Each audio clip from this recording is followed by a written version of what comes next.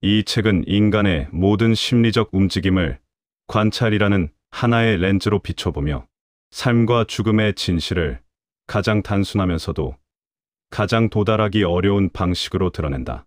저자는 크리슈나무르티의 강연과 대화 중 가장 정수에 해당하는 부분을 모아 인간이 스스로를 이해한다는 것이 무엇을 의미하는지를 조용하고 깊은 흐름 속에서 보여준다.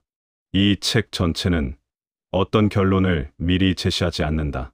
오히려 독자의 마음 속에서 자연스럽게 튀어나는 자각을 기다리듯 여백을 남기며 따라오게 만든다.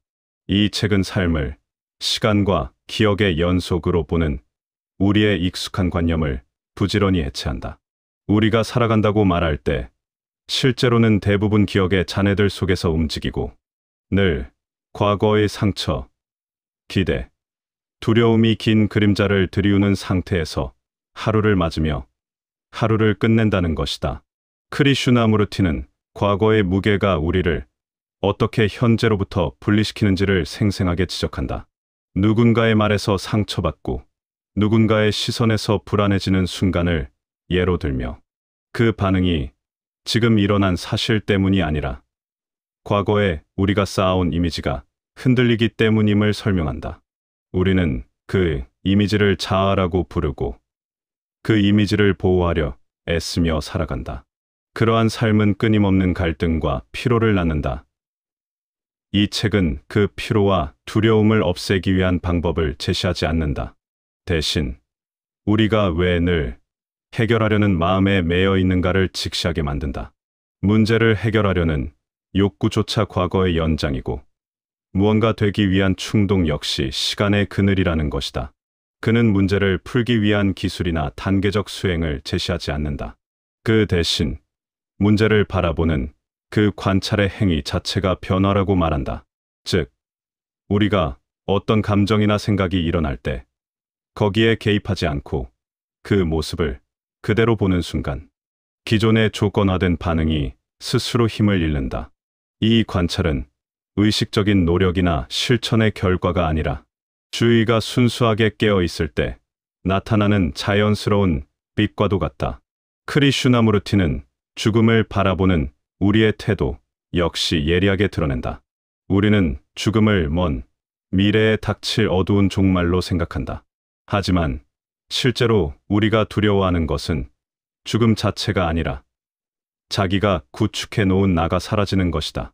집착과 소유, 관계, 성취, 이미지, 기억들, 이런 모든 것들이 끝나는 것을 우리는 견딜 수 없다고 느낀다. 그렇기 때문에 죽음은 어느 순간 다가올 적처럼 보인다.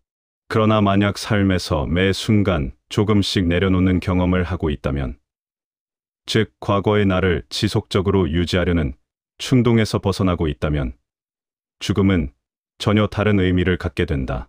크리슈나무르티는 이것을 작은 죽음이라고 표현하며 매 순간 새롭게 존재하는 것, 매 순간 낡은 것을 흘려보내는 것을 말한다. 이 책은 독자에게 죽음을 긍정하라고 강요하지 않는다. 대신 죽음이야말로 삶을 순수하게 비추는 거울이며 죽음을 두려워한다는 것은 결국 삶을 두려워하는 것임을 보여준다. 삶과 죽음은 서로 떨어진 사건이 아니라 들숨과 날숨처럼 하나의 운동에 속하며 이 흐름을 온전히 느낄 때 인간은 심오한 자유를 경험하게 된다. 그 자유는 노력이 필요 없는 자유, 어떤 이상을 이루기 위한 목표로 얻는 자유가 아니라 관찰이 깊어질 때 자연스럽게 드러나는 자유다. 이 책의 후반부는 특히 고요하다. 독자는 문장을 이해하려는 마음보다 자연스럽게 듣고 멈추고 느끼는 상태로 스스로를 열게 된다. 저자는 말한다. 삶은 우리가 붙잡아두려 하지 않을 때 가장 순수하게 우리 앞에 드러난다. 죽음 또한 그러하며 이 두 가지가 서로를 밝혀주는 순간 인간은 두려움 없이 존재할 수 있다. Living and Dying은 그 상태로 가는 길을 제시하지 않는다. 대신 그 길 자체를 지금 이 순간의 마음 속에서 발견하게 한다.